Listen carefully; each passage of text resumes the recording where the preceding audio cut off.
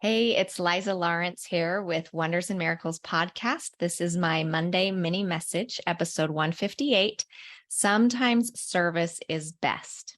So, a few weeks ago, I just started my new semester teaching. And even though I have been teaching for 20 years of my life, I had a couple of first day of school dreams this semester, which is unusual. You know, the kind of dreams that, you show up to school naked and everything goes wrong and it's just a little bit stressful. So those were some of my dreams. But my dream a couple of weeks ago was really a lesson that I want to share with you. So it was the second day of class. We were starting into the content of the class. I teach child development. So we were jumping into chapter 1. And I'm a very scheduled person. I like to have things on a schedule. I like a routine. I enjoy that. So as I'm setting up my class and getting ready to start, the first thing, now this is in my dream, the first thing is this cute little girl comes up to me with her mother, and her mother says, "Oh, I'm sorry to interrupt, but my daughter wanted to meet you." And when I met this little girl, I was filled with such love for her, and I got right down on her level. And it was like we were friends. I knew her, but I didn't really know her. And I asked her name, and I gave her a giant hug, and I told her how much I loved her. And I was so happy she came to say hello to me. It was just this beautiful moment, but it took about 5 minutes as I was catching up with this little girl and her mother, and we were talking, and I was still in front of the classroom, and my whole classroom was sitting there waiting for me to get things started. And so I said goodbye to this little girl, and I turned back to my classroom and I said, "I'm sorry, let me hurry and load up my lecture slides and blah, blah, blah." And as I was doing that, a student came in, and she came in, she goes, I am so sorry. I'm not feeling well. I feel sick, and I'm just starving. I'm so hungry. I haven't been able to find food. And I said, oh, I have some food in my bag. Yeah, let me go grab it for you. Let me get you some food. And I told her, I said, "There's some sushi," which is my favorite food. "There's a sushi roll in my bag. Why don't you just go, and it's right over here. Go dig through the pocket and you'll find it. So you just have that." And she was, "Oh, thank you so much." And that took another several minutes. And once again, I apologized to the class. And then this man came in to my classroom and started asking me for directions to another classroom. I don't even know what he was asking me directions for, but I spent time with him and helping him find where he needed to go. And by this time, we were a half an hour into the class, and we hadn't covered any content.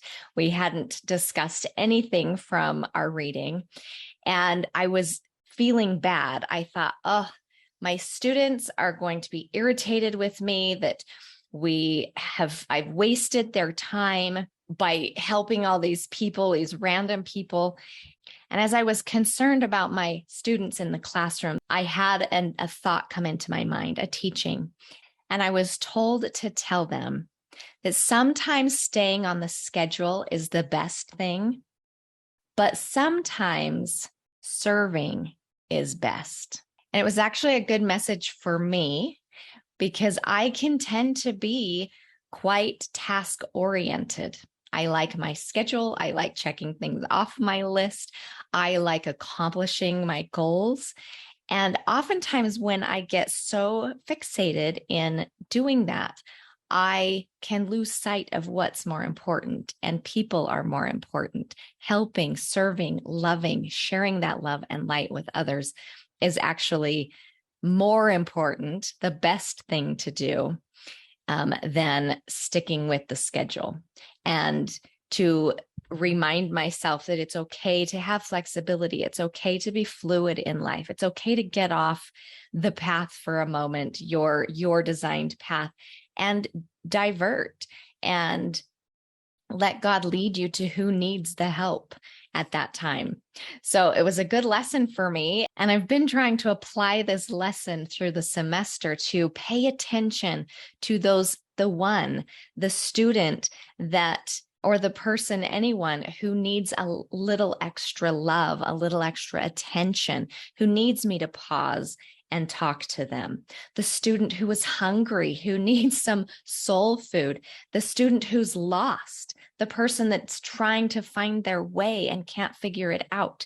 That's my job as a disciple of Jesus Christ, as an ambassador for love, to help, to serve.